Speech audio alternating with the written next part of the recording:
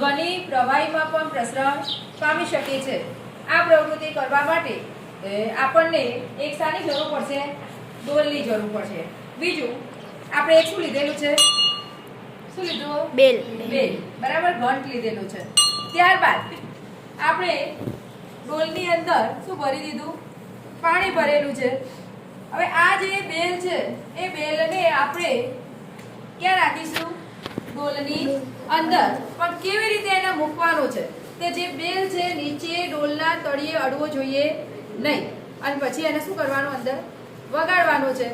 અને એ અવાજ તમને ધ્વનિ સંભળાય છે કે નહીં એનું આપણે શું કરીશું? અવલોકન કરીશું। બે વિદ્યાર્થીઓ આવી જાય, નાગજી આવી જાય।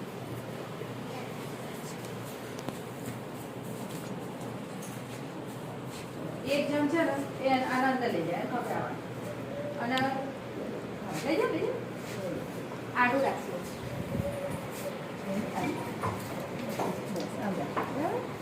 અને બીજો ભાવેશ, કાન ક્યાં રાખવાના? પાણીની સપાટી પર, કાનની અંદર પાણી ના જાય એ રીતે ખખડા બેટા, અંદર રાખીને ખખડા।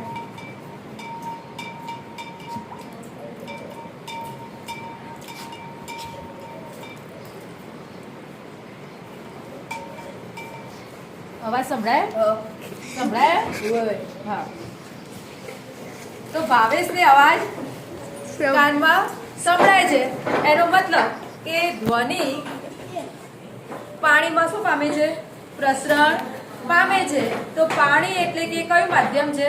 પ્રવાહી માધ્યમ છે। આમ ધ્વનિ જે છે એ પ્રવાહી માધ્યમમાં પણ શું પામી શકે છે? પ્રસરણ પામી શકે છે।